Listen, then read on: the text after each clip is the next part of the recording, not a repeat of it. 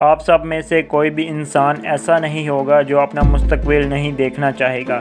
कैसी होगी आज की हमारी दुनिया 2070 में, कैसे होंगे हमारे मोबाइल फ़ोन्स, लैपटॉप 2070 में, कैसी होगी हमारी आज की ज़मीन। आपके पास जो कुछ भी है आप उस पर खुश हो। आप खुश हो कि आप बहुत अच्छे और टेक्नोलॉजी के ज़माने में पैदा हुए हो। आपके पास एरोप्लेन्स, कार्स और लैपटॉप वगैरह हैं और वो सब कुछ है जिससे आप अपनी रोज़मर्रा की ज़िंदगी अच्छे और बेहतरीन तरीके से गुजार सकते हो। लेकिन ये सारा कुछ 2070 में कैसा नज़र आएगा, जो साइंसदानों ने अपने अंदाज़ों के मुताबिक मुस्तकबिल के बारे में पता लगाया है, वो सारा कुछ आज की इस वीडियो में मैं आपको बताने वाला हूँ। साइंसदानों के अंदाजे के मुताबिक 2070 में मोबाइल फ़ोन बिल्कुल ख़त्म हो जाएंगे और मोबाइल फ़ोन का नामो निशान तक नहीं रहेगा। किसी भी इंसान के पास किसी भी किस्म का कोई मोबाइल फ़ोन नहीं होगा, बल्कि उसकी आंख के अंदर एक लेंस लग जाएगा जिसमें वो जो चाहेगा वो कर सकेगा और वो अपने मोबाइल फ़ोन के काम इस लेंस से कर पाएगा।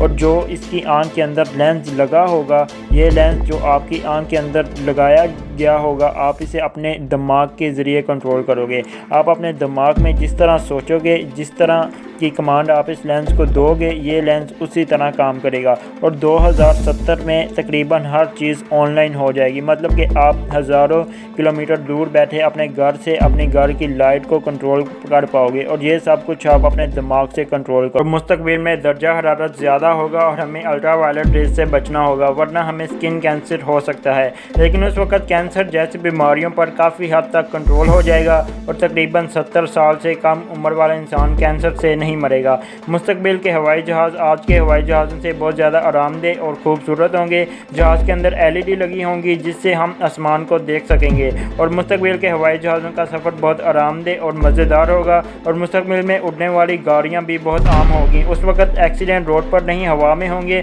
और एक अंदाजे के मुताबिक दुनिया की आबादी उस वक्त 960 करोड़ से भी ज़्यादा होगी, जिससे खुराक और रहने के मसले ज़्यादा होंगे। और मुस्तकबिल में 70% नौकरियां ख़त्म हो जाएंगी। इसकी सबसे बड़ी वजह रिबोट का ज़्यादा इस्तेमाल होगा और हर किस्म की फैक्ट्री और कंपनियों में रिबोट काम करेंगे। और मुस्तकबिल में सैलाब वगैरह बहुत ज़्यादा आएंगे और बहुत सारे खूबसूरत ममालिक इसमें डूब जाएंगे। और उस वक्त इंसानों की एवरेज उम्र में इजाफा हो जाएगा और इंसान की एवरेज उम्र तकरीबन 100 साल हो जाएगी।